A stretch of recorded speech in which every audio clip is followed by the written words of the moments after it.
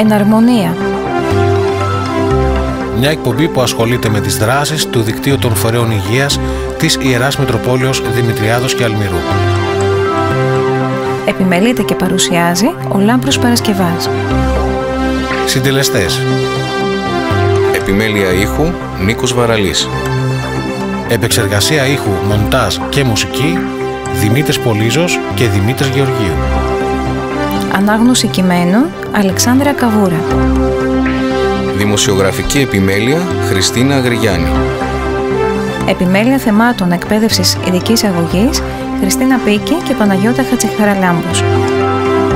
Θέματα ψυχολογίας Γεωργία Χατζηνικολάου.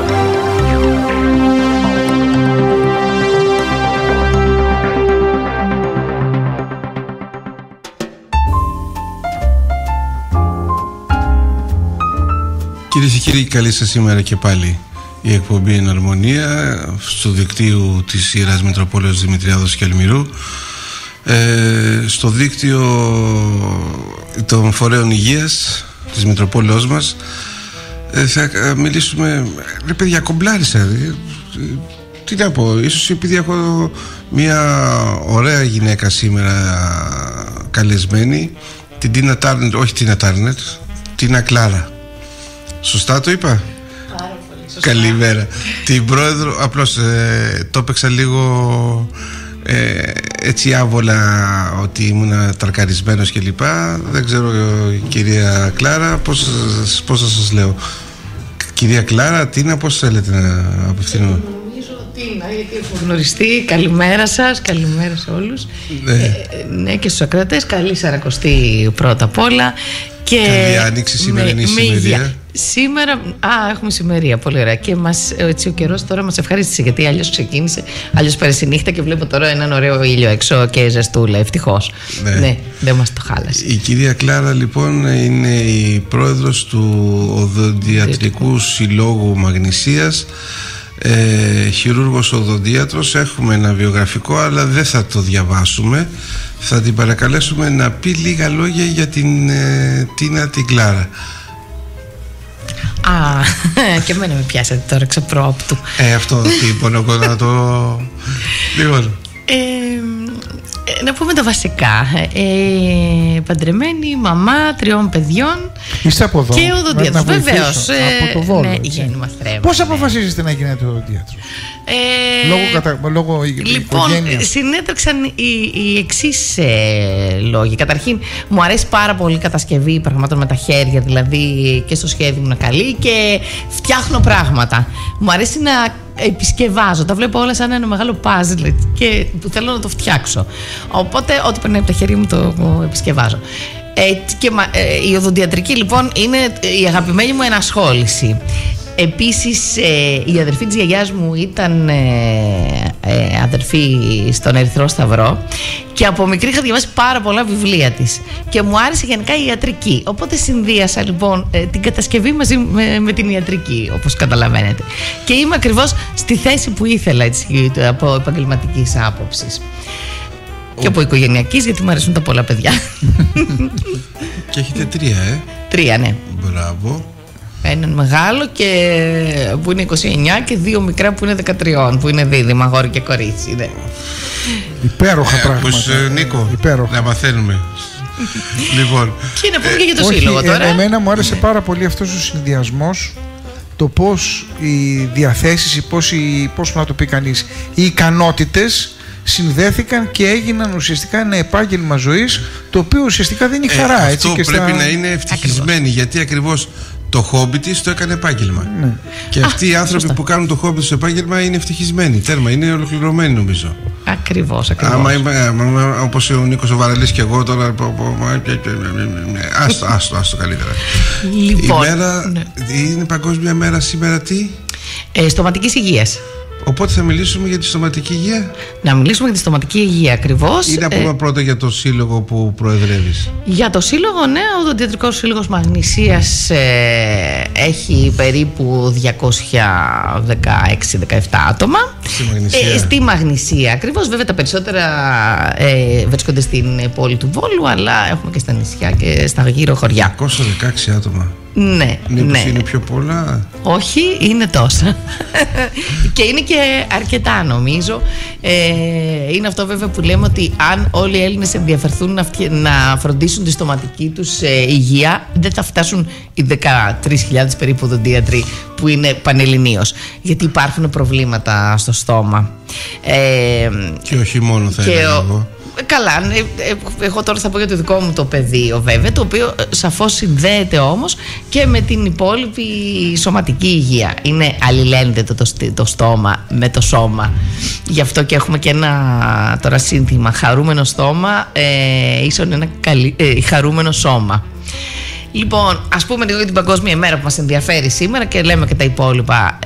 Ως γνωστόν, οι Παγκόσμιες ημέρες είναι για να ευαισθητοποιήσουν τον κόσμο για πάρα πολλά ζητήματα. Το ξέρουμε, κάθε μέρα μπορεί να έχουμε και 2 και 3 ζητήματα που γιορτάζουν την Παγκόσμια μέρα. Εμείς κατευθυνόμαστε από την Παγκόσμια Οδοντιατρική Ομοσπονδία, η οποία κάθε 3 χρόνια αλλάζει την καμπάνια με κάποιο στόχο.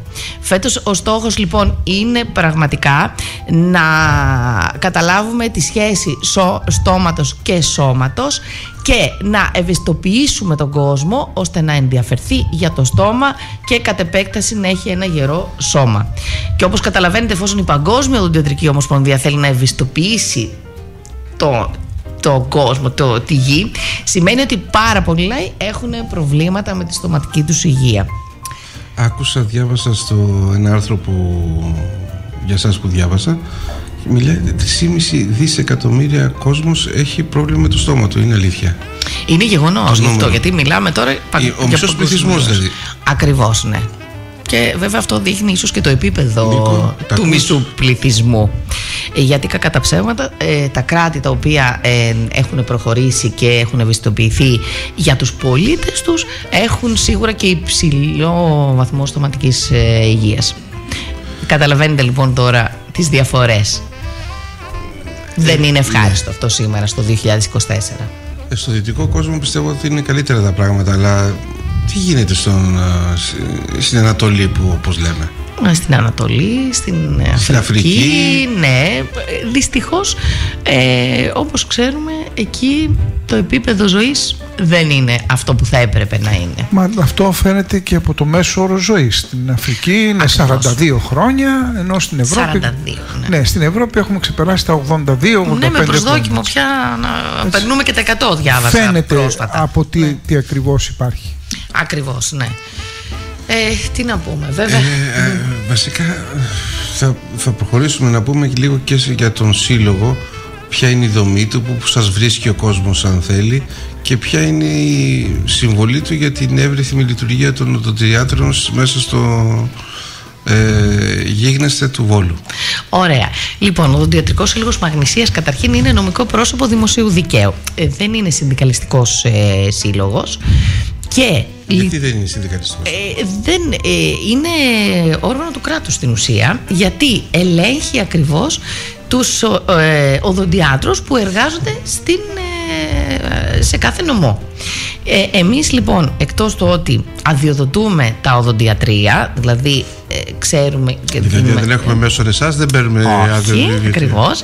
Θα πρέπει κάθε οδοντίατρος εκεί που εργάζεται να είναι γραμμένο στον οδοντιατρικό του σύλλογο. Είναι νόμος του κράτους αυτό. Ωραία. Και εμείς βέβαια επίσης φροντίζουμε να εφαρμόζονται οι νόμοι του κράτους και να εργάζονται οι οδοντίατροι σωστά, με τις σωστές συνθήκες και τους σωστούς τρόπους. Και να χρησιμοποιούμε και τα σωστά υλικά, γιατί έχουν ακουστεί πολλά περίεργα.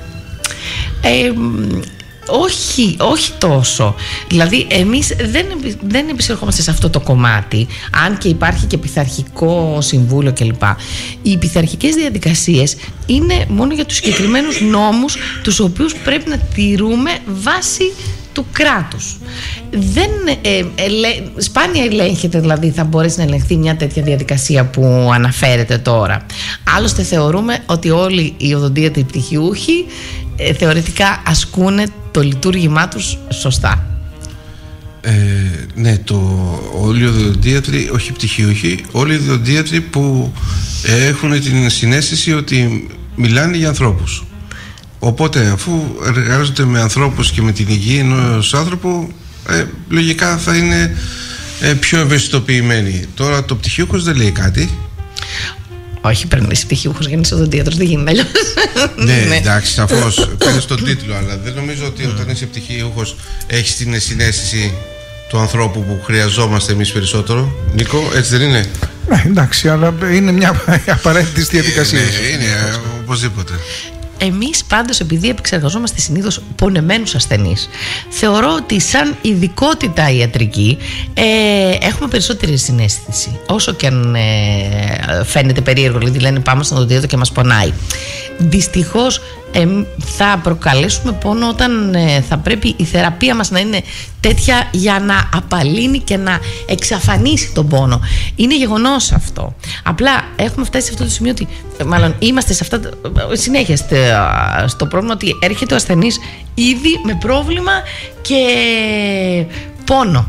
Οπότε η επέμβασή μας ίσως να μην είναι τόσο ανώδυνη, γιατί κανονικά όλες οι επεμβάσεις μας είναι ανώδυνες πια. Η αναισθησία είναι διαδεδομένη, έχουν αλλάξει η ξυλοκαΐνη και η ένεση δεν είναι ξυλοκαΐνη πια, είναι παράγωγα της ξυλοκαΐνης, γιατί τα τότε αναισθητικά δημιουργούσαν και προβλήματα, ζάλι. Σε κάποια κράτη απαγορεύονταν και να οδηγήσεις μετά τις ενέσεις του 80, ας πούμε, και ίσως μέχρι το 90. 2024 έχουμε τώρα. Τώρα λοιπόν όλα είναι πάρα πολύ ωραία. Έχουμε τοπικά αναισθητικά πολύ ωραία, μόνιμα αναισθητικά. Έχουμε συσκευές που χορηγούν αναισθησία με ήπιο ρυθμό. Πώς? Αμάλγαμα ακόμα δουλεύετε? Όχι. Το αμάλγαμα έχει αφοριστεί. Λοιπόν, όχι. Το αμάλγαμα έχει απαγορευτεί. Πείτε μας και τι είναι το αμάλγαμα. Μην μιλάτε με όρους για να καταλαβαίνουμε, κύριε Παρασκευά. Δεν προλαβαίνω, γιατί έχω τόσες ερωτήσεις, οπότε πρέπει να απαντώ. Κάνει ειδικές ερωτήσεις, οπότε δεν καταλαβαίνω. Το αμάλγαμα ήταν το εμφρακτικό υλικό προτίμησης της προηγούμενης, πώς να το πούμε, περίοδου. Πριν εμφανιστούν τα υλικά, τα συνθετικά, οι ρητίνες λεγόμενες. Ήταν ένα υλικό βέβαια το οποίο υπηρέτησε πάρα πολλά χρόνια την αποκαταστατική οδοντιατρική, επιτυχώς θα έλεγα. Εύκολο υλικό στη χρήση του και ναι, πρέπει να πούμε ότι έχουν αλλάξει πολλά πρωτόκολλα, αλλάζουν και μας εξελίσσεται η επιστήμη μας σαφώς, οπότε ακόμα και οι διαδικασίες της έμφραξης έχουν αλλάξει. Έχει αλλάξει λοιπόν και το υλικό αποσύρθηκε, γιατί θεωρείται ότι μολύνει το περιβάλλον. Επειδή ήταν ένα μείγμα υδραργύρου και μετάλλων, ο υδράργυρος ο οποίος φεύγει είτε τροχίζοντας το αμάλγαμα είτε από τα υπολείμματα που έμεναν από το σφράγισμα την ώρα που έξινε ο γιατρός για να το φέρει σε σύγκληση, δυστυχώς μόλυναν τα ύδατα. Βέβαια αυτό ξεκίνησε από τις χώρες που προσέχουν πάρα πολύ το περιβάλλον, επεκτάθηκε όμως στην Ευρώπη και στην Ευρώπη αυτή τη στιγμή έχει απαγορευτεί η παραγωγή, όχι ακόμη η πώληση. Στην Ελλάδα ούτε η χρήση. Ούτε η χρήση, βέβαια συνιστούμε πια να αποσυρθεί. Στα δημόσια ιδρύματα, νοσοκομεία κλπ. Έχει απαγορευτεί, ναι. Παρά τα αυτό όμως έχει δημιουργήσει προβλήματα, γιατί το αποκαταστατικό υλικό μας, η ρητίνη, δεν δικαιολογεί κανένα λάθος στη διαδικασία και είναι και πιο ακριβό. Όπως δυστυχώς συμβαίνει τα τελευταία χρόνια. Κάθε καινούριο δυστυχώς ανεβάζει κόστος θεραπείας. Η ενεχοποίηση του αμαλγάματος για τον καρκίνο εδάφους στόματος ισχύει? Όχι. Είχαν πει κάποια στιγμή κάποιες παρατηρήσεις ότι η ατμή αμαλγάματος υδραργύρου που πιθανόν να δημιουργούνται κατά τη μάσηση ή ίσως το γαλβανικό ρεύμα που δημιουργείται μέσα στο στόμα, αυτά να είναι κάπως βλαβερά, όχι όμως για καρκίνο. Η ατμή νομίζω για πονοκεφάλους κλπ. Δεν έχει τεκμηριωθεί τίποτα από όλα αυτά και μην ξεχνάτε ότι το αμάλγαμα το χρησιμοποιούσαμε οι οδοντίατροι πάρα πολλά χρόνια. Δηλαδή θα έπρεπε να έχουμε κρούσματα σοβαρά εάν αν ήταν τόσο βλαβερό για τον ίδιο τον ασθενή. Και έχουμε μέχρι τη δεκαετία του 90 περίπου, η οδοντιατρική έλεγε ότι τροχίζαμε τα δόντια όταν βλέπαμε ένα μαύρο σημαδάκι, με μια θεωρία που λεγόταν επέκταση προς πρόληψη. Δηλαδή έβλεπε ο οδοντίατρος ένα μαύρο σημαδάκι και η αξιολόγηση ήταν να ανοίγει αυτή ήταν η οδηγία, να ανοίγει το δόντι σε όλες τις άβλακες όσο μπορεί περισσότερο για να το σφραγίσει, θεωρώντας ότι το προστατεύει από την τεριδόνα. Δυστυχώς λοιπόν έχουμε πολλά στόματα τα οποία φέρουν αμαλγάματα, τα οποία ίσως δεν θα έπρεπε καν να σφραγιστούν.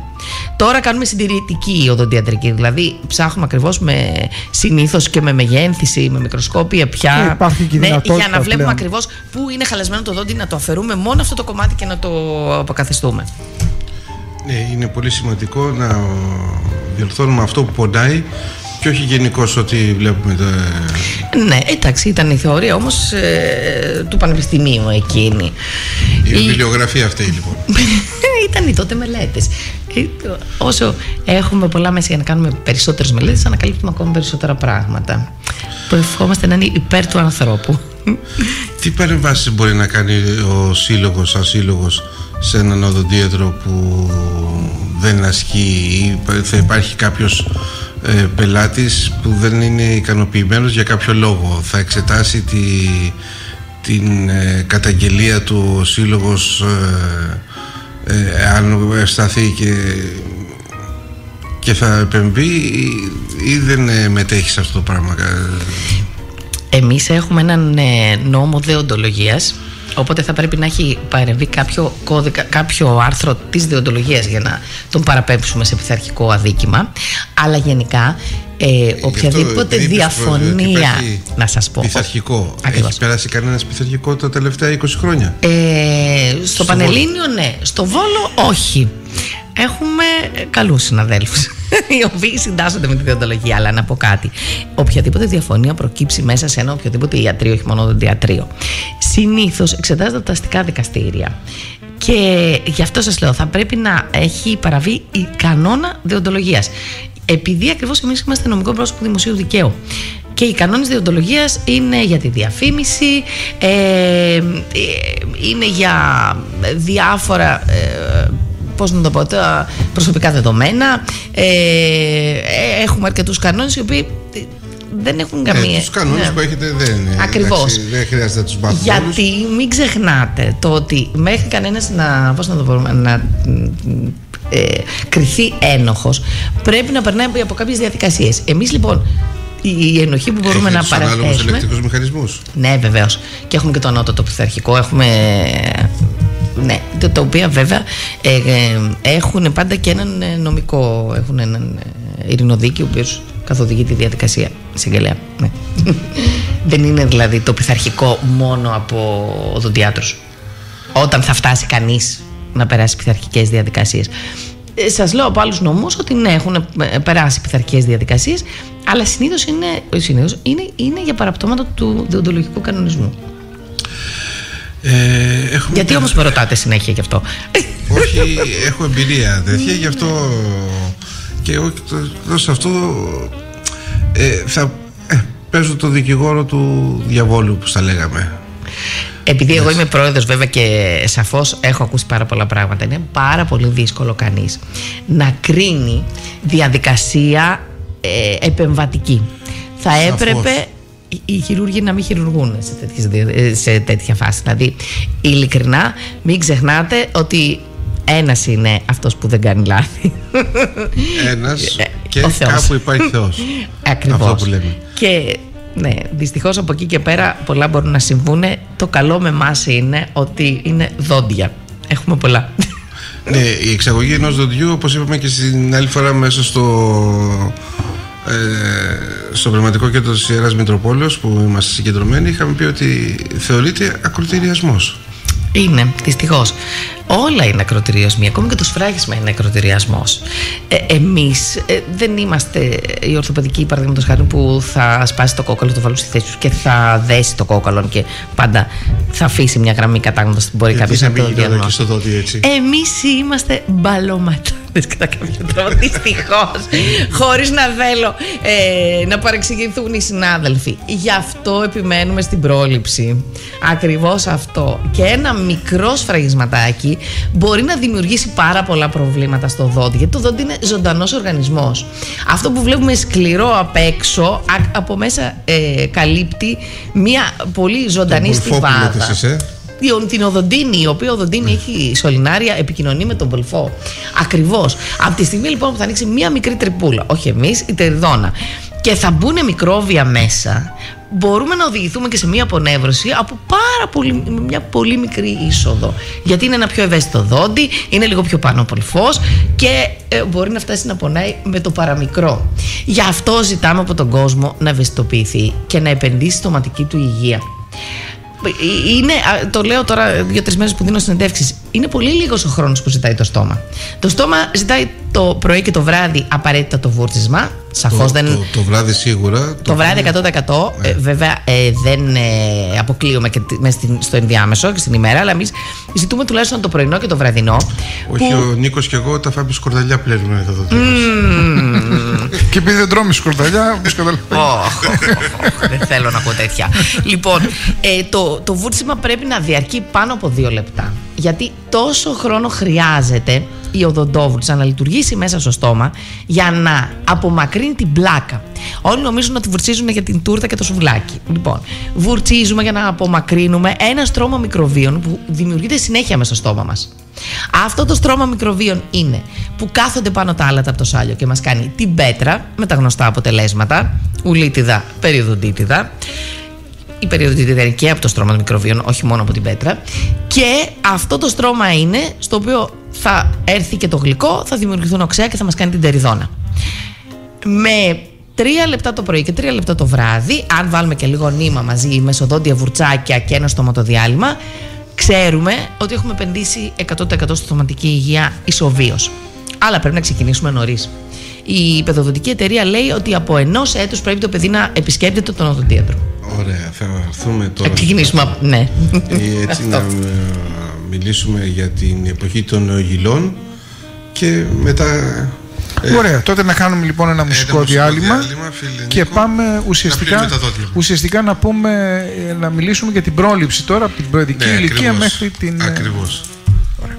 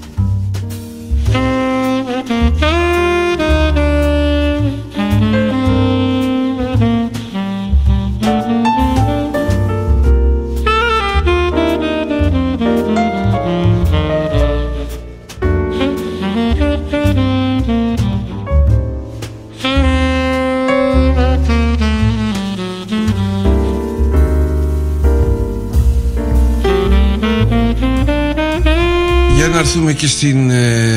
είπαμε πολλά πράγματα με την κυρία Κλάρα. Πραγματικά χαιρόμαστε σε αυτήν την εκπομπή όταν έχουμε ανθρώπους τέτοιους πρόσχαρους, τέτοια θετική ενέργεια. Και ναι, τελικά κάπου υπάρχει Θεός σίγουρα. Γιατί σήμερα ήταν η μέρα της Άνοιξης, οπότε δεν μπορούμε να είχαμε έναν άνθρωπο με αρνητική ενέργεια. Εντάξει. Ευχαριστώ. Παρακαλώ. Πάμε στην εποχή των νογιλών. Ένα παιδί που γεννιέται, ή να μην μιλήσουμε για νογιλούς, να μιλήσουμε για τα δοντάκια τα πρώτα, έτσι. Αυτά είναι οι νογιλοί. από 1 έως 5 χρονών. Υπάρχει κάποιο πρόληψη που μπορεί να κάνει το παιδί ή δεν? Βεβαίως.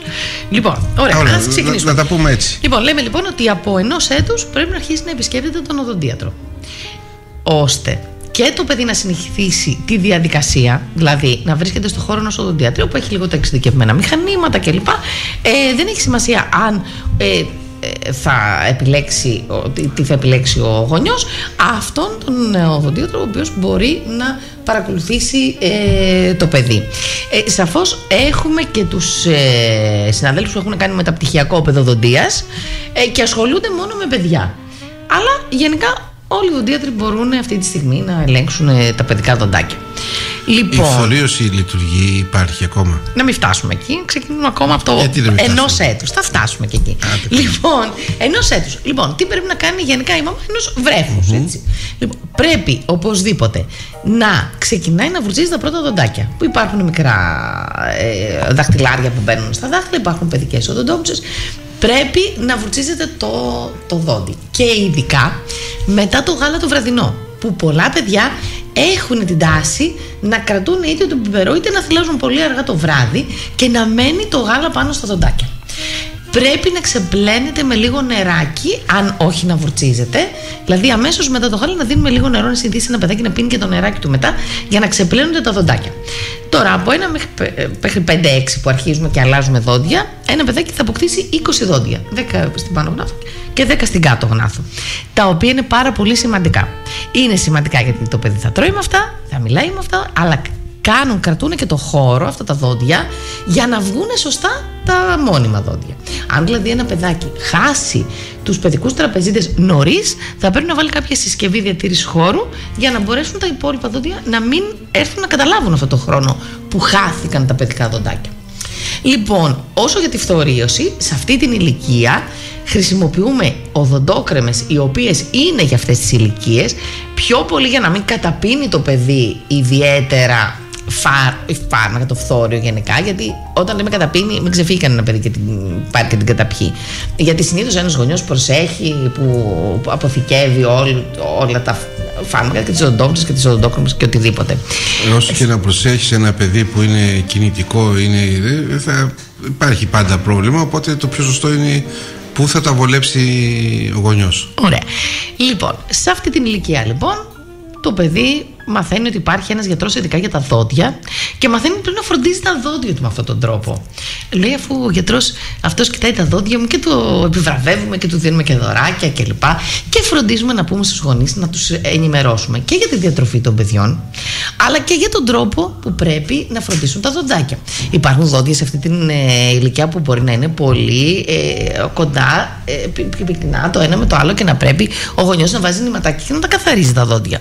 Υπάρχει περίπτωση να είναι αραιά. Υπάρχει περίπτωση να δούμε κάποιο φαινόμενο μέσα στα δόντια. Κάτι. Όλα αυτά λοιπόν θα πρέπει ο οδοντίατρος να ενημερώσει το γονιό και από εκεί και πέρα, αν χρειάζεται κάποια θεραπεία, να γίνει και κάποια θεραπεία. Ή σε δύσκολες περιπτώσεις να γίνουν ακόμα και σφραγίσματα και παιδικές απονευρώσεις που κάνουμε. Σφραγίσματα κάνουμε στα νεογυλά, βεβαίως. Ναι, γιατί ειδικά οι νεογυλοί τραπεζίτες πρέπει να μείνουν μέχρι τα 10-11 περίπου που θα αντικατασταθούν από τους προγόμφιους. Αν λοιπόν εκεί έχουμε τεριδόνες, το ένα βασικό που συμβαίνει και ενοχλεί πολύ τα παιδιά είναι η ενσφήνωση τροφών που μπαίνουν μέσα στις τρυπούλες αυτές τα φαγητά και δεν μπορείτε να φανταστείτε πόσο πρόβλημα δημιουργούν και πόσο ανοίγουν τα ούλα. Συνήθως τα παιδιά έρχονται γιατί ακριβώς σφινώνουν τις τροφές παρά γιατί πονάνε τα δόντια στο κρύο ή στο ζεστό. Πρέπει λοιπόν να αποκατασταθούν και είπαμε γιατί, για να κρατούν ακριβώς το χώρο για τα επόμενα δόντια που θα βγουν. Οι διαφημίσεις μας έχουν μετακλείσει από οδοντόκρεμες διάφορες. Να σε πονάει το δόντι, μην πονάει, αυτό σφραγίζει εκείνο. Πόσο πραγματικά είναι αυτές οι διαφημίσεις? Πραγματικά με την ιατρική λογική ισχύουν με αυτές τις οδοντόκρεμες? Ευσύν οι ηλεκτρικές οδοντόβουρτσες ρυθμίζουν 4 λεπτά, 3 λεπτά, 5 λεπτά. Ναι. Τώρα επειδή το πάμε ηλικιακά, αυτό είναι ένα άλλο κομμάτι, γιατί αυτό θα το πούμε τώρα. Ηλικιακά λοιπόν θα πούμε ότι στην πρώτη ηλικία λοιπόν ξεκινάμε πρέπει να το καταλάβουν οι γονείς ότι πρέπει από νωρίς να πηγαίνουν τα παιδιά στον οδοντίατρο. Και ο οδοντίατρος σε αυτή τη φάση μπορεί να δει ένα παιδάκι το οποίο απομυζένει το δάκτυλο και έχει αρχίσει και έχει μια τάση να πετάγονται τα μπροστινά τα δόντια. Θα βοηθήσει. Υπάρχουν μηχανισμοί που βάζουμε ακριβώς για να κόψουμε αυτή τη συνήθεια. Ένα παιδάκι το οποίο αργεί να κόψει την πιπίλα. Θα βοηθήσει ο οδοντίατρος τον γονιό. Ούτε θα τον μαλώσει, ούτε τίποτα. Θα βοηθήσει αυτή τη διαδικασία. Και λοιπόν. Να το μαλώσει δεν είναι κάτι περίεργο. Εντάξει, δεν ξέρω. Πάντως γενικά θα βοηθήσουμε. Εφόσον η διάθεση είναι καλή, εντάξει. Θα βοηθήσουμε για να αναπτυχθεί σωστά το παιδικό στόμα. Τώρα, ας πούμε λοιπόν και για τις οδοντόβουτσες και τις οδοντόβαστες. Κατάλαβες, Νίκο, για μας μιλάει για το παιδικό στόμα. Ναι, βέβαια. Αλλά μόνο με το κηδεμόνα σας όμως θα σας δω να ξέρετε. Λοιπόν, πάμε τώρα, εντάξει, είναι γνωστό το marketing, έτσι, σαφώς το marketing στις εταιρείες που κατασκευάζουν οδοντόβουτσες και οδοντόπαστες προχωρεί και βγάζει όλα αυτά. Εδώ λοιπόν ο οδοντίατρος είναι αυτός που θα συστήσει μια ειδική οδοντόκρεμα, είτε καθημερινή είτε φαρμακευτική, που θα πρέπει να την πάρει κανείς για κάποιο διάστημα, και στην παιδική και στην ενήλικη ζωή σαφώς. Τώρα ο καθένας παίρνει την οδοντόκρεμα που θέλει. Αυτό που δίνουμε εμείς κατεύθυνση είναι οι οδοντόκρεμες να έχουν φθόριο, αφού μιλήσαμε και για το φθόριο. Γιατί όλες οι μελέτες συνηγορούν ότι όπου το φθόριο έχει σωστή εφαρμογή, η τεριδόνα μένει μακριά. Δυναμώνει το σμάλτο των δοντιών, επιμεταλλώνει το σμάλτο εκεί που μπορεί να έχει αδυνατήσει. Το φθόριο χρειάζεται και στην παιδική ηλικία. Γι' αυτό λοιπόν μετά, όταν το παιδί μπορεί να χειριστεί την οδοντόκρεμά του, σαφώς ζητούμε να είναι οι οδοντόκρεμες των παιδιών με φθόριο, και πολλές φορές συστήνουμε και υψηλά ποσοστά φθορίου, ακριβώς γιατί βλέπουμε μία τάση προς τεριδόνα που μπορεί να είναι και ιδιοπαθές, δηλαδή το ίδιο το παιδάκι κληρονομικά να έχει μία τάση να χαλούν τα δοντάκια του για κάποιους λόγους, να έχει βγει πιο ευαίσθητο το σμάλτο του. Πόσο κανονική πρακτική είναι? Κουνιέται ένας νεογυλός. Για να το δω, κορίτσι μου, την εγγόνα μου τώρα. Ναι. Παπ, πιάνω εδώ και ξαφνικά το παίρνω το δόντι. Ωραία. Πόσο σωστό είναι αυτό?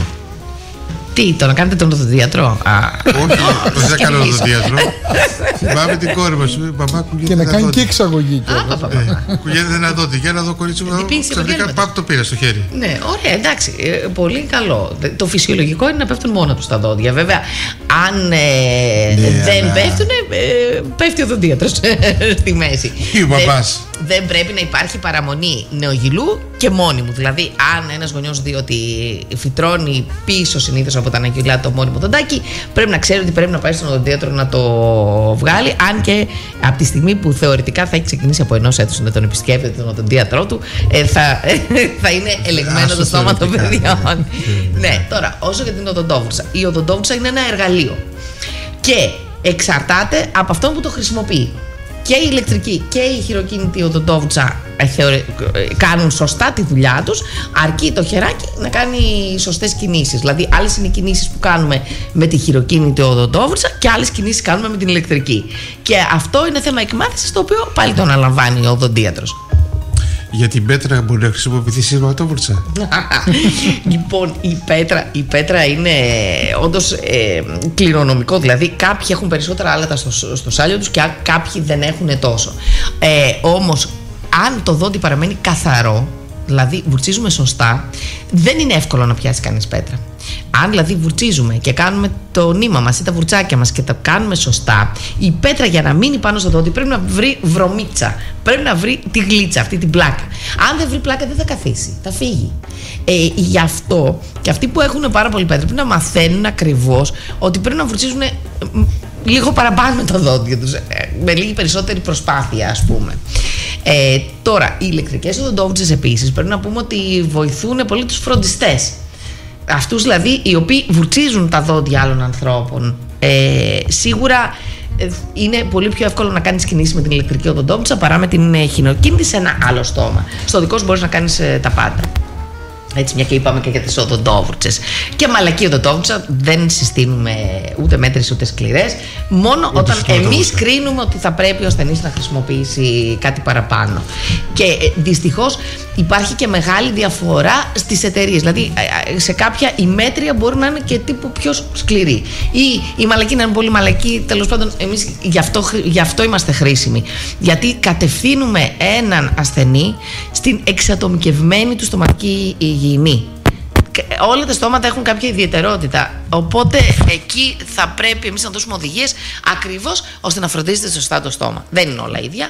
Οπότε δεν είναι και οι ίδιοι οι κανόνες. Μπορεί να υπάρχουν γενικοί κανόνες, αλλά μετά εξατομικεύονται. Ναι. Όταν κατά το βούρτσισμα ματώνουν τα ούλα, τι σημαίνει? Ουλίτιδα. Ή ότι πήραμε πολύ σκληρή οδοντόβιτσα, δεν ξέρω. Υπάρχει γι' αυτό. Όχι. Το μάτωμα των ούλων δείχνει ακριβώς παθολογία. Δείχνει λοιπόν ότι υπάρχει κάποια ενόχληση στα ούλα. Είτε πέτρα είτε πλάκα. Δεν τι σημαίνει δηλαδή. Μπορεί να έχει και πλάκα ο ασθενής, να έχει μόνο πλάκα και απλά το βούρτσισμά του να θέλει ένταση, ή θα πρέπει να δώσουμε εμείς κάποιο στοματοδιάλειμμα φαρμακευτικό. Ποια διαφορά της πλάκας από την πέτρα?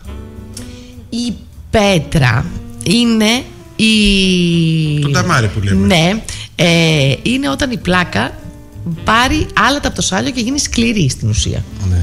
Ναι, και παγιοθυμίνη εκεί πέρα πάνω στα δοντάκια. Λοιπόν, άρα πρέπει να υπάρχει πλάκα πρώτα. Πρέπει να υπάρχει το στρώμα των μικροβίων για να έρθουν τα άλατα και να καθίσουν πάνω στην πλάκα. Λοιπόν, η πλάκα είναι το δεύτερο στάδιο. Κάποιος που δεν βουτσίζει καλά, λοιπόν, έρχονται τα άλατα από το σάλιο και του κάνουν πέτρα. Άρα, αν βουτσίζει καλά και έχει καθαρό στόμα, δεν κάνει πέτρα. Το στοματικό διάλειμμα βοηθάει σε αυτό? Λοιπόν, όχι. Είναι μόνο για άρωμα? Τα στοματικά διαλύματα είναι, καταρχήν, αυτά που κυκλοφορούν στο σούπερ μάρκετ δεν είναι φάρμακα. Υπάρχουν φάρμακα τα οποία τα δίνουμε εμείς μέσω φαρμακείου, που δίνουμε εκεί πια συγκεκριμένες ουσίες που είναι πιο θεραπευτικές και βέβαια δίνουμε και το χρόνο χρήσης. Λοιπόν, συνήθως το στοματοδιάλειμμα είναι για να δώσει αυτή την λίγη δροσερή αναπνοή μετά την οδοντόκρεμα και να ξεπλύνει θεωρητικά ένα καλό βούρτσισμα. Ό,τι έχει βγάλει ένα καλό βούρτσισμα να το ξεπλύνει. Καλό είναι, αλλά δεν είναι θεραπευτικό. Γιατί έρχονται πολλοί και λένε: Α, εγώ παίρνω το τάδε και το χρησιμοποιώ. Το παίρνεις, αλλά τη βούρτσα και την οδοντόκρεμα την έχεις ξεχάσει. Οπότε δεν κάνει τίποτα. Ο χρόνος βουρτσίσματος. Σωστό βούρτσισμα με σωστό χρόνο. Δηλαδή με σωστό χρόνο. Σωστές κινήσεις με σωστό χρόνο. Θέλει προσπάθεια για να ξεκολλήσει η βρωμιά πάνω από το δόντι. Και είπαμε, όχι το σουβλάκι και η τούρτα. Είπαμε τα μικρόβια που είναι δικά μας. Δημιουργούνται συνέχεια μέσα στο στόμα. Πάμε λίγο μεγαλύτερα παιδάκια. Λοιπόν, όσο μεγαλώνει λοιπόν ένα παιδάκι, μπορεί ο γιατρός να δει, ο οδοντίατρος, ορθοδοντικές ανομαλίες, να συστήσει ειδικό ορθοδοντικό και κακές έξεις των παιδιών. Γιατί μην ξεχνάμε ότι όσο μεγαλώνουν τα παιδιά, αρχίζουμε και μπορεί να έχουμε διατροφικές κακές συνήθειες. Να θυμίσω λίγο και την νευρική ανορεξία που καμιά φορά εκεί προς την εφηβεία ξυπνά, που δημιουργεί συμπτώματα στο στόμα και εμείς μπορούμε να το διαγνώσουμε. Σε αυτή την ηλικία δηλαδή πιο πολύ το διαγνωστικό μας κομμάτι είναι για τη σωστή ανάπτυξη του στόματος, ώστε να φτάσουμε στην ηλικία των 18 πια και να έχουμε ένα συνειδητοποιημένο άνθρωπο στο θέμα της στοματικής υγείας και υγιεινής βέβαια. Λοιπόν, αν μέχρι τα 18 λοιπόν ένα παιδάκι που έχει ξεκινήσει από νωρίς έχει μάθει ότι το στόμα το φροντίζω, είναι πάρα πολύ δύσκολο να σταματήσει. Άρα θα έχουμε επενδύσει και θα έχουμε μια πάρα πολύ καλή στοματική κατάσταση. Ένα ωραίο, χαρούμενο, γερό στόμα. Μετά είναι και ένα άλλο θέμα ψυχολογικό, ότι από τη στιγμή που υπάρχει επίσκεψη στον οδοντίατρο για πρόληψη και όχι για επέμβαση, σταθερά δημιουργείται και μια άλλη σχέση με τον οδοντίατρο. Ακριβώς, ναι. Δηλαδή είναι πάρα πολύ δύσκολο όταν πραγματικά έρχονται παιδιά μεγαλύτερης ηλικίας, δηλαδή στα 10, στα 12, στα 13. Εκεί λοιπόν έχεις ήδη ένα παιδάκι το οποίο έχει φοβηθεί γιατί έχει πονέσει, έχει περάσει σχήμα από το δόντι του, και εκεί όντως είναι πάρα πολύ δύσκολο να το προσεγγίσεις, και γι' αυτό συνήθως τα παραπέμπουμε στους συναδέλφους που κάνουν μόνο παιδιά τους και έχουν το μεταπτυχιακό της παιδοδοντίας. Αυτό πρέπει λοιπόν να ξεκινήσουμε από τους γονείς, να καταλάβουν τη χρησιμότητα της επίσκεψης στον οδοντίατρο, και από εκεί και πέρα όλο το σύστημα θα λειτουργήσει. Όπως έχει λειτουργήσει βέβαια στα κράτη τα οποία έχουν επιβάλει αυτό το. Στα 5-6 αρχίζουν και στα 5-6 αρχίζουν και πέφτουν οι νογιλοί. Ναι. Έτσι. Πότε ολοκληρώνεται η διαδικασία αυτή? Περίπου στα 12-13.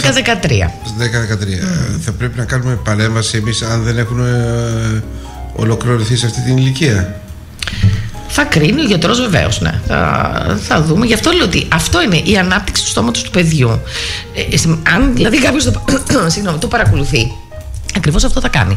Δηλαδή, αν δει ότι έχουμε καθυστερήσει στην απόπτωση των δοντιών, θα προχωρήσει να δει για ποιο λόγο συμβαίνει αυτό. Μπορεί να πρέπει να βγουν τα νεογυλά, γιατί ίσως τα μόνιμα έρχονται σε άλλη θέση. Πάντως, αυτά όλα είναι πραγματικά ζητήματα που λύνονται μέσα στο διατρείο. Και επειδή ο κάθε άνθρωπος είναι διαφορετικός, μπορεί να έχει καθυστέρηση, μπορεί να υπάρχουν. Φαντάζομαι ότι όλα αυτά κάποιος σας θα έχει ρωτήσει. Η λεύκαση. Φτάσαμε και στη λεύκανση τώρα, εντάξει, ωραία. Η λεύκανση. Ή το βάψιμο των δοντιών ή αποχρωμάτωση των δοντιών. Δεν υπάρχει βάψιμο, μην το ξέρεις. Εκτός αν μιλάμε για τα bonding, αυτά που βάζουν τη σύνθετη ρητίνη. Χρωματίζονται τα δόντια με την νοικοτήνη. Εντάξει. Ναι, αυτό μιλάω. Από την νοικοτήνη, αν είναι απλά επιφανειακό, με μια στήλωση αμέσως θα φύγει η μαύρη. Δεν είναι συνήθως, δεν ποτίζουν. Όμως το κάθε δόντι έχει το δικό του χρώμα. Τώρα η αλήθεια είναι τα τελευταία χρόνια, ναι, υπάρχει αυτή η μόδα της λεύκανσης των δοντιών. Δεν είναι κακό, δεν δημιουργεί πρόβλημα στα δόντια. Όχι. Αυτό το τρίψουμε με την ελαφρόπετρα? Όχι, δεν κάνει να τρίψουμε με τίποτα το δόντι. Προς Θεού, ούτε με λεμόνια, ούτε με σόδες, ούτε οτιδήποτε είναι καυστικό ούτε και μπορεί να δημιουργήσει. Ούτε με το αλάτι που βάζουν μέσα οι παλιοί, λέει, στο δάχτυλο και βάζω χοντρό αλάτι. Όχι αυτά, γιατί πραγματικά η αδαμαντίνη είναι διαλυτή σε οξέα. Οπότε, ειδικά άνθρωποι που πιλάνε λεμόνια κλπ., θα τους δείτε ότι με τα χρόνια έχουν διάβρωση της εξωτερικής επιφάνειας του δοντιού. Όπως οι άνθρωποι οι οποίοι έχουν πρόβλημα με το στομάχι τους και έχουν γαστρικά υγρά. Μπράβο, και αυτά γιατί είναι οξύ. Τρώει τα δόντια. Αυτά όλα ο οδοντίατρος τα βλέπει μέσα στο στόμα. Και πολλές φορές μπορεί να προλάβει κάποια πράγματα. Δηλαδή, έρχεται ο ασθενής σου, κάνεις μια εξέταση σωστή, δόντια, μάγουλα, χείλη κλπ. Και βρίσκεις πάρα πολλές καταστάσεις. Αυτό έχουμε πει ότι είναι επίσης ένα θετικό της τακτικής επίσκεψης στον οδοντίατρο. Δηλαδή, κάποιος μπορεί να έχει εκδήλωση ενός νοσήματος που δεν το φαντάζεται, που δεν έχει εκδηλωθεί σωματικά και να το μπορέσει να το διαγνώσει ο οδοντίατρος. Είναι γεγονός ότι αν δούμε άνθρωπο ο οποίος βλέπουμε ότι ξεκινάει περιοδοντίτιδες κλπ., το πρώτο που θα πούμε είναι το ζάχαρο. Δηλαδή, αν υπάρχει θέμα διαβήτη. Και αν δεν έχει κάτι, θα το στείλουμε να κάνει εξετάσεις. Και μπορεί να προλάβουμε μια αρχόμενη κατάσταση. Αλήθεια, ο διαβήτης παίζει ρόλο στη στοματική υγεία? Ναι, όπως και στη γενική υγεία. Εκεί επίσης οι ασθενείς πρέπει να είναι πάρα πολύ προσεκτικοί, να επισκέφτονται ακόμη πιο συχνά τον οδοντίατρο και να φροντίζουν ακόμη περισσότερο τη στοματική τους υγεία. Και αυτό που θέλουμε να πούμε σήμερα, που είναι Παγκόσμια Μέρα Στοματικής Υγείας, και όλη η χρονιά θα είναι έτος στοματικής υγείας μετά από 30 χρόνια, γιατί το τελευταίο που το γιορτάσαμε ήταν το 1994, είναι ότι ο οδοντιατρικός σύλλογος Μαγνησίας πάντα είναι διαθέσιμος, αλλά ένα παραπάνω, ότι αυτή τη χρονιά είμαστε ακόμη πιο διαθέσιμοι σε ομάδες, σε ανθρώπους που ανήκουν έτσι, σε συλλόγους υγείας κλπ. Να μιλήσουμε για τη στοματική υγεία. Αυτό το λέμε πάντοτε, τώρα το ξανατονίζουμε λόγω της ημέρας. Ναι. Ωραία, θα κάνουμε ένα δεύτερο διάλειμμα και θα έρθουμε στο τρίτο μέρος της εκπομπής για να πούμε σχετικά με το δίκτυο. Εσείς συμμετέχετε στο δίκτυο της Ιεράς Μητροπόλεως Δημητριάδος και Αλμυρού. Άτυπο δίκτυο φορέων υγείας, το βρήκα, οπότε είμαστε πιο... Οπότε εσείς συμμετείχατε για ποιο λόγο και ποιες είναι οι προσδοκόμενες εργασίες τώρα ή στο διάλειμμα? Να κάνουμε το διάλειμμα και μετά το διάλειμμα θα τα πούμε αυτά. Ωραία.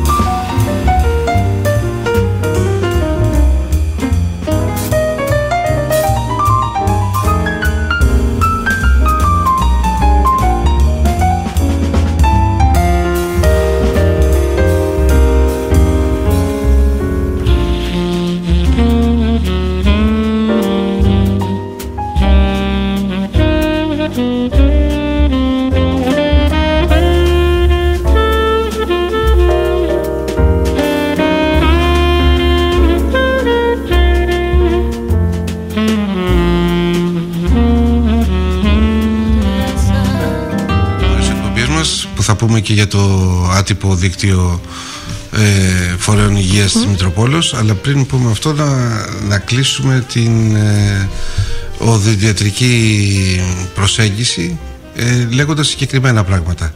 Ενήλικες, δεν είπαμε τίποτα για τους ενήλικες. Ωραία, λοιπόν, ενήλικες σαφώς κάθε εξάμηνο επίσκεψη, είτε υπάρχει πρόβλημα είτε δεν υπάρχει πρόβλημα, που το δεν υπάρχει πρόβλημα είναι καλά, είναι το τεκμηριώνει ο οδοντίατρος. Εκεί τι να πούμε, αν λοιπόν κάποιος είναι τόσο συνεπής, σίγουρα θα είναι συνεπής και στην καθημερινότητά του, θα φροντίζει τα δόντια του, γιατί αυτό θέλουμε. Γι' αυτό ξεκινάμε από την παιδική ηλικία.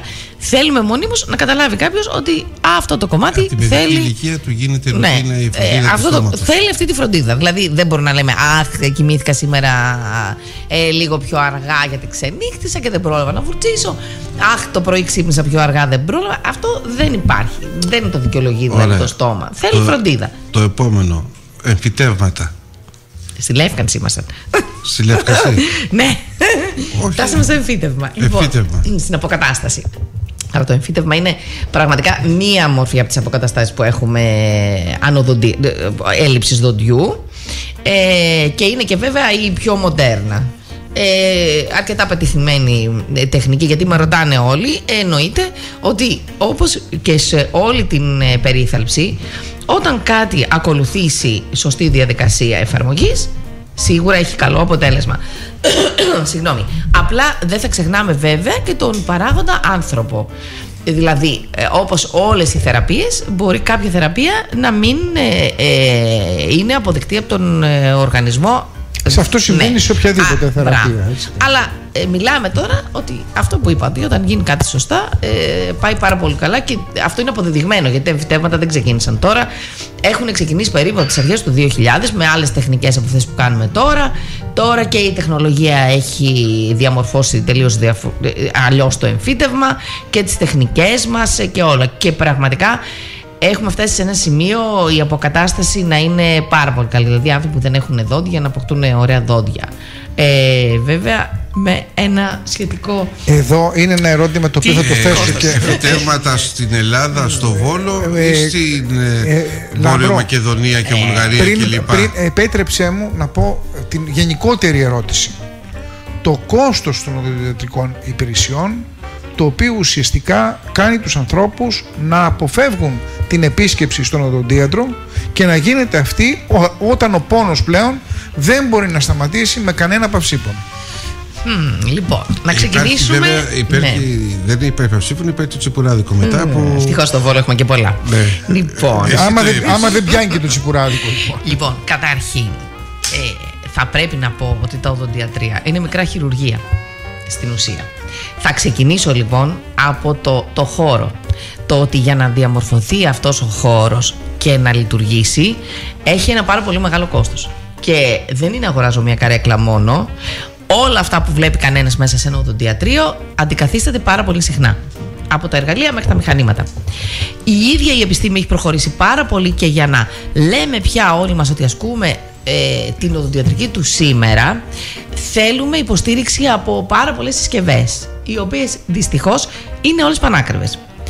Τα οδοντιατρία τα μικρά, ενώ και ζητάμε ας πούμε ΕΣΠΑ και ζητάμε μια βοήθεια γενικώς, όχι μόνο από την Ελλάδα αλλά και από την Ευρώπη, μέχρι τώρα δεν το έχουμε καταφέρει. Επιδοτούνται στην Ελλάδα μόνο μεγάλες μονάδες, οι οποίες είναι με υπαλλήλους, εντάξει, μιλάμε για τέτοιου είδους μονάδες. Ενώ εμείς θέλουμε να υποστηρίξουμε και το μικρό οδοντιατρίο της γειτονιάς, γιατί όπως είπαμε στην προηγούμενη συνάντηση που είχαμε με το δίκτυο και έναν υποψήφιο του Ευρωκοινοβουλίου, τον κύριο Κυμπουρόπουλο, είπαμε ότι η Ελλάδα έχει υψηλή παροχή υπηρεσιών υγείας και περίθαλψη, μόνο και μόνο γιατί υπάρχει ένα φιλότιμο σε όλο το ιατρικό δυναμικό, που είναι με ένα τηλέφωνο συνέχεια στο χέρι, και μιλάμε και για τους γιατρούς και τους οδοντιάτρους και τους φαρμακοποιούς βέβαια, και ανταποκρίνεται στις ανάγκες του γύρω κόσμου. Δεν έχουμε μπει στη βιομηχανοποιημένη υγεία στην Ελλάδα. Και γυρνάω πίσω λοιπόν. Το οδοντιατρίο λοιπόν, εκτός από τις σπουδές, οι οποίες για μας πια είναι διαβίου, δεν σταματούμε να εκπαιδευόμαστε. Όπως όλοι οι ιατρικοί, βέβαια. Οι δικές μας δυστυχώς οι σπουδές είναι όλες πληρωμένες, τα σεμινάρια μας κλπ. Τίποτα δεν μας δίνεται δωρεάν. Το ίδιο για να λειτουργήσει το οδοντιατρίο έχει πάρα πολύ μεγάλο κόστος. Και τα υλικά μας, και αυτό είναι ένα κομμάτι, και το λέω πια συνδικαλιστικά μέσα από το σύλλογο, ότι ζητούμε πάρα πολλές φορές να κατεβεί το ΦΠΑ, και το ζητούσαμε και στην περίοδο του COVID που δώσανε μόνο στα χάντια κλπ. Γιατί πραγματικά η Ελλάδα δεν έχει και δημόσιο σύστημα περίληψης στην οδοντιατρική περίθαλψη. Και ούτε καλύπτονται πουθενά δηλαδή, που κάνουν τα δεν ασχολούμαστε μόνο με το μικρό κοσμό μας, ασχολούμαστε γενικά με τον κόσμο. Ζητάμε λοιπόν τουλάχιστον να μπορούσαν να μας κατεβάσουν τα υλικά μας που είναι στο 24%. Αυτό λοιπόν πραγματικά κάνει την περίθαλψη μας. Ιατρικά υλικά είναι στο 24%. Τα δικά μας τα οδοντιατρικά, ναι, σε 24%. Τα άλλα? Φαντάζομαι και τα υπόλοιπα ιατρικά. Σπάνια. Δεν σχολιάζω. Κάποιοι από εμάς είναι λίγο λιγότερο. Είμαστε σε μεγάλο ΦΠΑ. Λοιπόν, αυτό λοιπόν δημιουργεί ένα πάρα πολύ μεγάλο κόστος λειτουργίας. Και μην ξεχνάτε ότι πρέπει να γυρίσουμε και με χρήματα σπίτι. Έχουμε οικογένειες που περιμένουν να πληρώσουμε το ρεύμα. Και είστε και ελεύθεροι επαγγελματίες. Είμαστε ελεύθεροι επαγγελματίες. Με όλες τις αντικσότητες, δηλαδή θα αρρωστήσεις, θα κλείσεις στο γιατρό, δεν πρόκειται κανένας να σε βοηθήσει. Και τώρα τελευταία προσπαθούμε και να πάρουν και επίδομα αυτοί που έχουν χρόνιες παθήσεις. Δηλαδή έχουμε καρκίνους, έχουμε πάρα πολλά σαν συνάδελφοι. Τέλος πάντων, βλάβες ξαφνικές. Λοιπόν, όλα αυτά λοιπόν δημιουργούν όντως μεγάλο κόστος στη δική μας τη θεραπεία. Όμως, ξαναγυρίσω στην πρόληψη. Αν κάποιος κάνει πρόληψη, δεν έχει ανάγκη να σκεφτεί το κόστος αποκατάστασης. Και επίσης, ο οδοντίατρος θα εξατομικεύσει την αποκατάσταση. Έχουμε πολλούς τρόπους αποκατάστασης. Και με λιγότερο κόστος και με μεσαίο και μεγαλύτερο. Αν ο ασθενής έρθει και μιλήσει με τον οδοντίατρό του, θα βρούνε λύσεις. Δεν είναι δηλαδή πάντα οι λύσεις με έναν μεγάλο λογαριασμό δίπλα. Γιατί είχα την εντύπωση ότι πάντα ο λογαριασμός είναι απόλυτα συνυφασμένος με την περιποίηση του στόματος, γενικά των δοντιών, και κυρίως με την ανθεκτικότητα των υλικών που θα χρησιμοποιηθούν. Αυτή την εντύπωση είχα εγώ. Διόρθωσέ με. Την ανθεκτικότητα, γι' αυτό λέμε ότι υπάρχουν διάφοροι τρόποι αποκατάστασης. Υπάρχουν, ας πούμε, μερικές οδοντοστοιχίες, να τις πούμε έτσι, οδοντοστοιχίες που μπορούν να μπουν να βοηθήσουν έναν άνθρωπο να είναι ευπαρουσίαστος, να μπορεί να φάει κάποια. Εντάξει, δεν μπορεί να μην φάει το πιο σκληρό κρέας, αλλά μπορεί να φάει και να μπορεί και να μιλήσει. Δεν είναι ανάγκη να πας σε μια αποκατάσταση πηγή με εμφυτεύματα ή με το πιο ακριβό υλικό. Εγώ θέλω να φάω παξιμάδια, ρε παιδί μου. Πώς θα. Παξιμάδι, αυτό εξαρτάται. Πόσα δόντια έχουν χαθεί, τι αποκατάσταση θέλει να κάνει. Πάντως, σίγουρα με έναν καλό προγραμματισμό και μια καλή επικοινωνία με τον οδοντίατρο του ο καθένας μπορεί να βρει λύσεις. Δεν νομίζω ότι κανένας μένει παραπονεμένος, και πιστεύω ότι επειδή ξέρω και πώς λειτουργούν. Κοιτάξτε, να πάρουμε βασικά, να πάρουμε την πραγματικότητα. Μένουν απογοητευμένοι. Γιατί αν δεν έμεναν απογοητευμένοι, δεν θα γινόταν αυτό που έλεγε ο φίλος μου ο Λάμπρος ο Παρασκευάς, να πηγαίνουν στα Σκόπια και με λεωφορείο μάλιστα, το οποίο το δίνει η ίδια εταιρεία. Αν ήταν ευχαριστημένοι και αν βρισκόταν λύσεις, σαφέστατα δεν θα πήγαινε ο άλλος να ξεκινήσει να κάνει ολόκληρο ταξίδι για μια αποκατάσταση. Αυτός να το πούμε τουρισμός οδοντιατρικός, ο οποίος στην ουσία δεν είναι πάντα επιτυχημένος, δεν ξέρω τι ακούτε εσείς. Όχι βέβαια, όπως και εδώ δεν είναι πάντοτε επιτυχημένος. Ο οδοντίατρος της γειτονιάς είναι εκεί για να ακούει όλη την γκρίνια. Αλλά πόσοι ασθενείς από αυτούς έχουν δώσει τα λίγα χρήματα που είχαν, ναι, και τελικά έμειναν χωρίς καμία αποκατάσταση και καμία, πώς να το πω, παρηγοριά. Εγώ ξέρω πάρα πολλούς. Εγώ δεν ξέρω και επώνυμους πάρα πολλούς. Επώνυμους, όχι επώνυμους με την έννοια του διάσημου. Με τα ονόματά τους. Που πραγματικά αυτή τη στιγμή δεν έχουν ούτε κόκαλο για να βάλουν μασελίτσα, να βάλουν ολική οδοντοστοιχεία. Γιατί ακριβώς πήγανε, έγινε μια δουλειά με τα πόδια δηλαδή, πώς θα λένε, του ποδαριού, και βέβαια οι άνθρωποι χάσαν και αυτά τα λίγα λεφτά που πήγαν εκεί.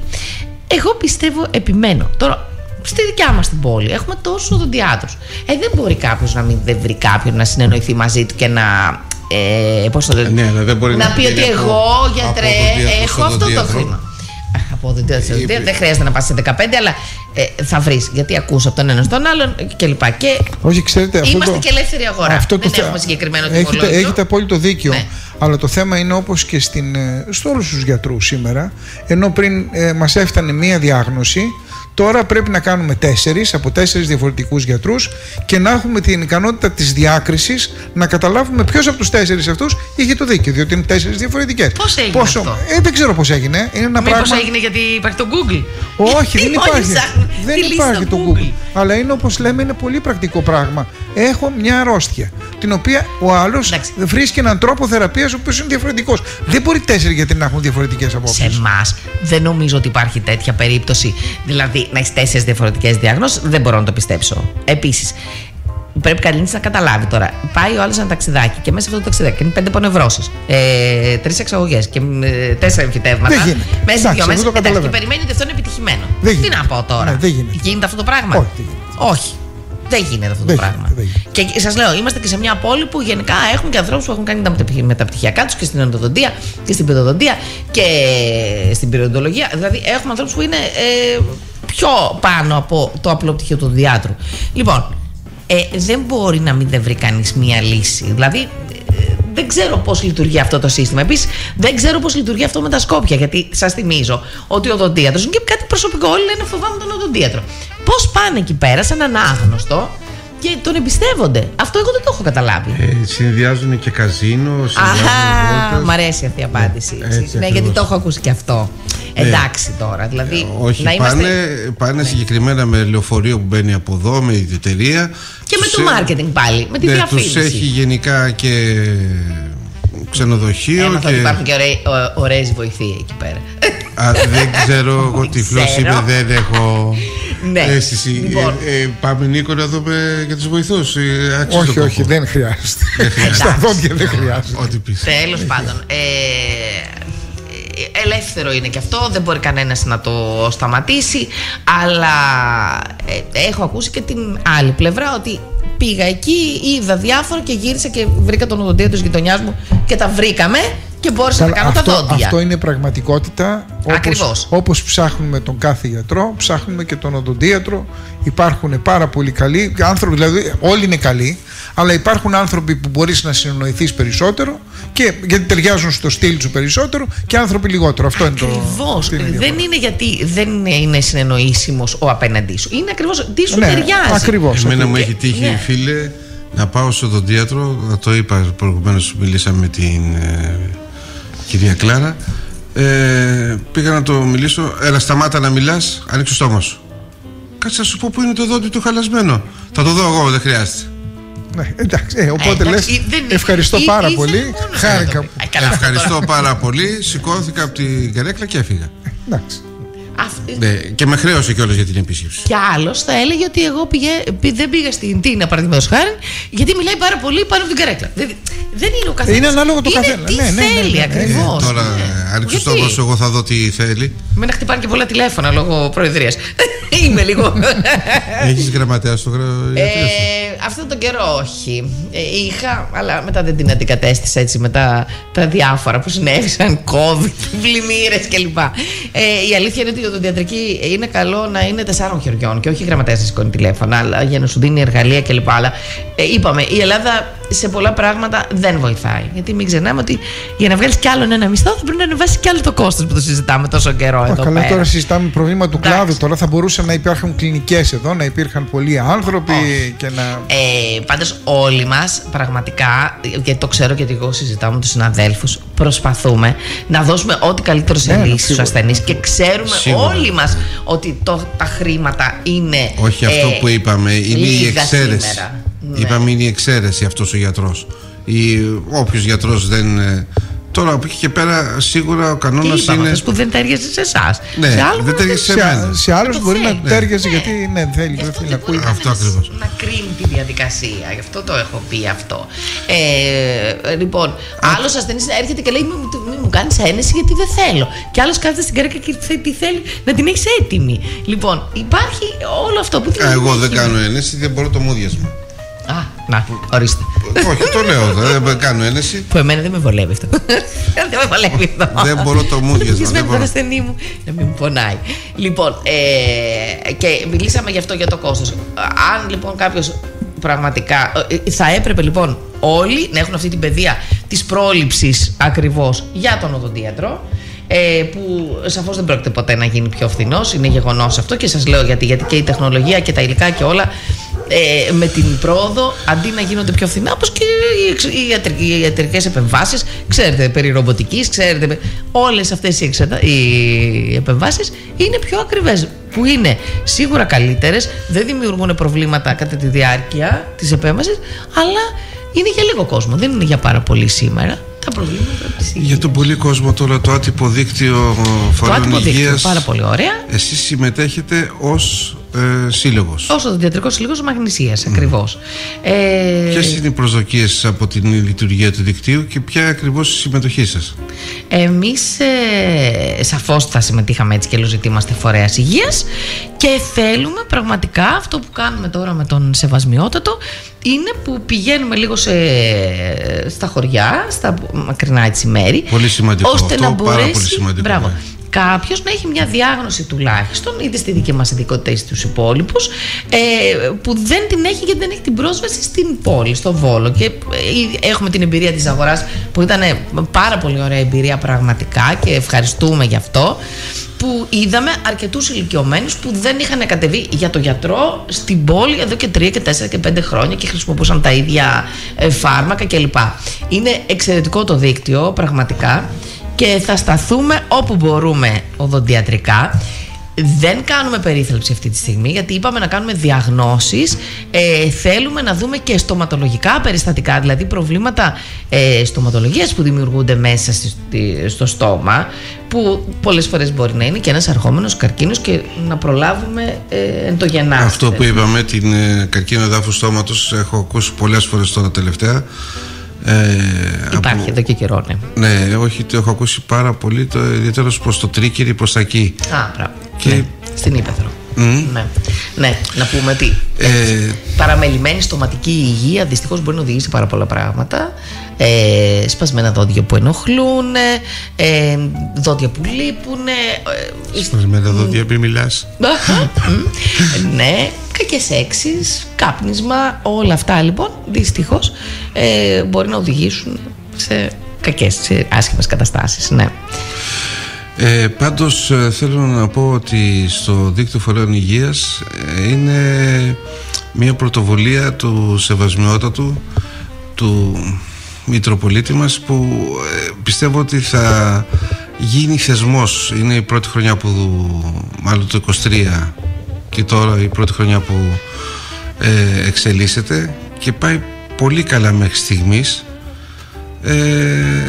με τη βοήθεια όλων και τη δική σας βοήθεια και του Φαρμακευτικού Συλλόγου και του Ιατρικού Συλλόγου και των συλλόγων των αναπήρων. Πιστεύω ότι θα μπορέσει να αποδώσει τα μέγιστα τόσο σε κοινωνικό σύνολο, μάλλον να καταλάβει και να συμμετέχει στο κοινωνικό γίγνεσθε αυτής της πόλης. Δεν ξέρω, συμφωνείτε, έχετε κάποια διαφορετική αντίληψη? Αυτό είναι καταρχήν εκείνο που μας έκανε ιδιαίτερη εντύπωση όλους μας, ήταν ότι αισθανθήκαν ότι έχουν κάποιον κοντά τους. Αυτό ήταν το πιο σημαντικό. Πρέπει να παραδεχτείτε πάντως ότι ο Σεβασμιότατος είναι μαγκάκι από τα λίγα. Δεν το συζητάμε αυτό. Αυτό είναι, δεν είναι αμφισβητείται. Συγγνώμη Νίκο, αλλά αυτό που βγήκε αυθόρμητα. Όχι, το καταλαβαίνω. Εγώ θα το πω με έναν διαφορετικό τρόπο. Είναι ένα σημείο, ένας άνθρωπος ο οποίος εμπνέει την ενότητα στους ανθρώπους. Αυτό είναι το πιο σημαντικό. Και αυτόν τον σεβασμό που του δείχνουν ενώνει τους ανθρώπους. Αυτό είναι το... Εμπνέει τα πάντα. Ο σεβασμός εμπνέεται, δεν επιβάλλεται. Όχι, δεν επιβάλλεται, σαφές. Ο σεβασμός εμπνέεται, δεν επιβάλλεται. Γι' αυτό λέω και είναι μαγκάκι από τα λίγα, γιατί ακριβώς το εμπνέει μόνο που θα τον δεις, που θα σου μιλήσει, θα σου πει καλημέρα. Σε εμπνέει και σου δίνει και το κίνδυνο να σκεφτείς και άλλα πράγματα για να κάνεις και να προσφέρεις. Ακριβώς. Αυτό είναι το σημαντικό. Ακριβώς. Και έχουμε συζητήσει και εμείς τώρα να δούμε τι θα κάνουμε με το Ωραία. Βρίσκεται στο ακόμα, σωματική δηλαδή συγκίνηση. ακόμα βρίσκεται σε εξέλιξη η διαδικασία και η διοργάνωση του δικτύου Έτσι, είναι σε εξέλιξη. και πόσο και τι θα προσφέρει. Και όλοι δοκιμαζόμαστε να δούμε πού θα φτάσουμε στις δυνατότητες. Έτσι. Ναι. Πάντως, Κλάρα, Τίνα, σε ευχαριστώ πολύ. Ήταν μια πολύ ευχάριστη ημέρα. Πραγματικά το πιστεύω και το λέω αυτό. Πραγματικά, ξέρεις, εγώ είμαι λίγο όπως μου βγαίνει τα λέω και δεν έχω να δώσω, έτσι. Σε ευχαριστώ πάρα πολύ για την παρουσία σου εδώ. Ήταν μια πολύ ενεργητική παρουσία. Η θετική σου ενέργεια φάνηκε μέσα από την εκπομπή. Δεν ξέρω αν έχεις διαφορετική γνώμη, Αλεξάνδρα. Δεν νομίζω να υπάρχει κανένας που να μην το έχει διαφορετική γνώμη. Αυτή είναι θεραπευτική ενέργεια. Θεραπευτική ενέργεια. Εγώ τώρα, ας πούμε, θα βγάλω καινούργια δόντια. Θα βγάλω νεογυλούς. Πάρα πολύ ωραία. Όχι. Εγώ σας ευχαριστώ καταρχήν που δόθηκε έτσι η ευκαιρία σήμερα. Είναι Όχι, και όχι. ιδιαίτερη μέρα, αλλά θα είμαι ξανά εδώ ό,τι θελήσετε. Βρείτε και άλλες ερωτήσεις να τις απαντήσουμε. Έχω πολλές ερωτήσεις, αλλά δεν έχουμε χρόνο τώρα. Έχω πολλές ερωτήσεις. Είμαι διαθέσιμη. Έχω να πω για τα εφητεύματα, έχω να πω για πάρα πολλά πράγματα. Είναι για τη λεύκαση που δεν τελειώσαμε.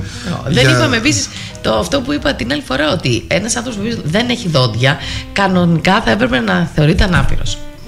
Γιατί έχει χάσει ένα κομμάτι του οργανισμού του που είναι απαραίτητο για μάσηση, φώνηση και ψυχολογία και κοινωνική συνεργασία. Και σήμερα θα μπορούσε να έχει. Δηλαδή υπάρχουν όλοι οι μέθοδοι. Πρέπει το κράτος να το ορίσει σαν αναπηρία και να μπορεί να το βοηθάει. Ολικές οδοντοστοιχίες στους ανθρώπους που δεν μπορούν ακριβώς να τις βρουν στην ιδιωτική. Ολικές οδοντοστοιχίες, πόσο γλυκά το είπε, τη Μασέλα, ναι, εντάξει. Η οποία είναι καταπληκτική, γιατί έχει έναν άνθρωπο ο οποίος δεν βλέπετε την μια στιγμή και την άλλη στιγμή είναι έτοιμος να κυκλοφορήσει και να μιλήσει και να συναναστραφεί και να φάει με κόσμο κλπ. Είναι πάρα πολύ ωραία. Δηλαδή, μπορεί να έχουμε φτάσει στο εμφύτευμα, αλλά και η ολική οντοστοιχεία δεν πάβει να είναι ένα από τα καλύτερα μέσα από κατάσταση. Στο εμφύτευμα έχουμε φτάσει. Εμείς φτάνουμε στο εμφύτευμα όμως.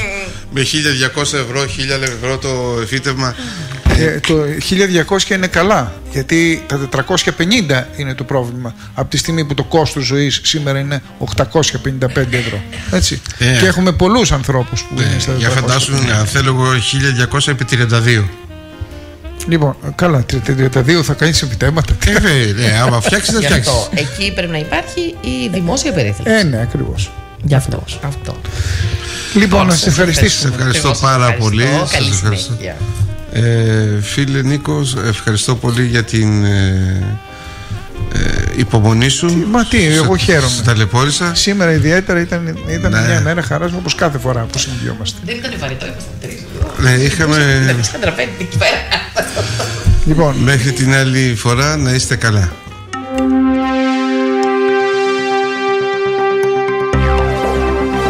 Εναρμονία. Μια εκπομπή που ασχολείται με τις δράσεις του δικτύου των φορέων υγείας της Ιεράς Μητροπόλεως Δημητριάδος και Αλμυρού. Επιμελείται και παρουσιάζει ο Λάμπρος Παρασκευάς. Συντελεστές: Επιμέλεια ήχου Νίκος Βαραλής. επεξεργασία ήχου, μοντάζ και μουσική Δημήτρης Πολύζος και Δημήτρης Γεωργίου. Ανάγνωση κειμένου Αλεξάνδρα Καβούρα. Δημοσιογραφική επιμέλεια Χριστίνα Αγριγιάννη. Επιμέλεια θεμάτων εκπαίδευσης ειδικής αγωγής Χριστίνα Πίκη και Παναγιώτα Χατζηχαραλάμπους. Θέματα ψυχολογίας Γεωργία Χατζηνικολάου.